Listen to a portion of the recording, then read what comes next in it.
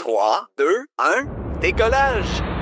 La première vidéo scientifique de Drôlement Brillant est officiellement lancée. Tu sais pourquoi certaines planètes sont rouges, d'autres bleues, pourquoi certaines tournent si vite? Reste jusqu'à la fin pour découvrir tous les secrets de notre système solaire.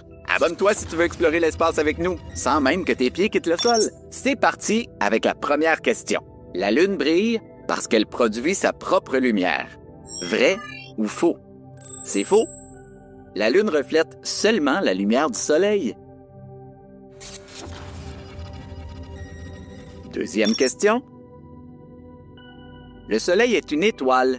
Vrai ou faux? C'est vrai. Le Soleil est une étoile naine jaune. C'est pas moi qui le dis, c'est les scientifiques. Question numéro 3.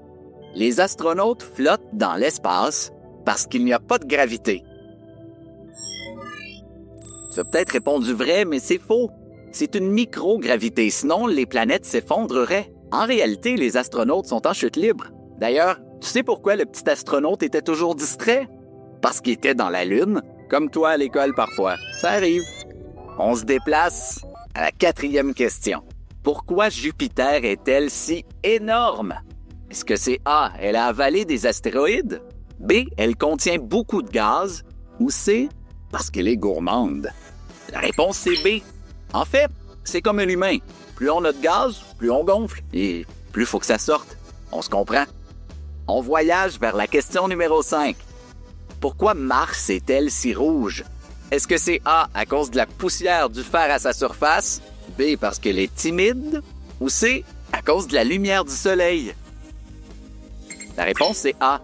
Le fer dans le sol donne à Mars sa couleur rouge. On se déplace vers la question numéro 6. Pourquoi Saturne a-t-elle des anneaux? Est-ce que c'est A, un champ magnétique? Est-ce que c'est B, poussière et des cailloux qui tournent autour d'elle? Ou C, pour faire joli? La réponse est B, les anneaux sont faits de poussière et de roches qui tournent autour de la planète. Et savais-tu? Saturne est tellement légère qu'elle pourrait flotter sur l'eau. Ça, c'est si on avait une baignoire géante. Imagine le dégât! Si t'as trouvé au moins une bonne réponse, clique sur j'aime pour continuer ton voyage spatial et abonne-toi à la chaîne pour plus de contenu. Voici la 7e question maintenant. C'est une devinette, écoute bien. Je suis en voyage spatial.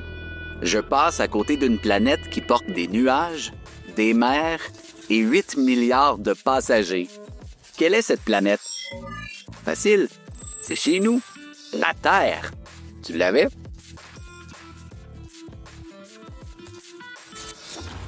Huitième question maintenant. Relie la planète à sa caractéristique. On a Mercure, Neptune et Vénus. Et les caractéristiques, plus éloignées du Soleil, un jour plus long qu'une année, et chaud le jour, froid la nuit.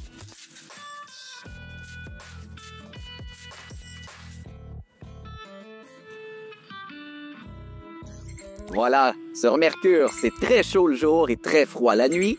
Neptune, une planète de glace, c'est la plus éloignée du Soleil. Et pour Vénus, un jour est plus long qu'une année.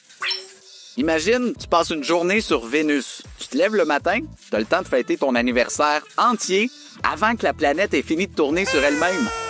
Incroyable, non? Même dans l'espace, chaque planète a ses secrets. 9e question. Combien d'heures dure une journée sur Jupiter? Sur Terre, c'est 24 heures. Est-ce que c'est la même chose là-bas, sur Jupiter?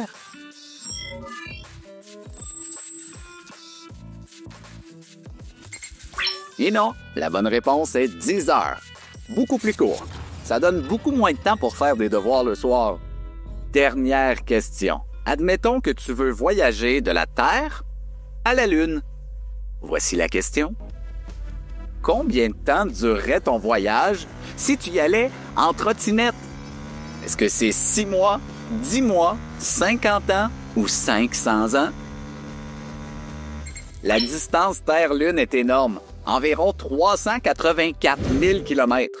Même en trottinette à 15 km/h environ, ça prendrait des centaines d'années pour y arriver. Si t'as aimé cette aventure spatiale comme moi, abonne-toi, partage à tes amis et clique sur la cloche, active ça pour ne rien rater de ce qui s'en vient sur Drôlement Brillant. À bientôt!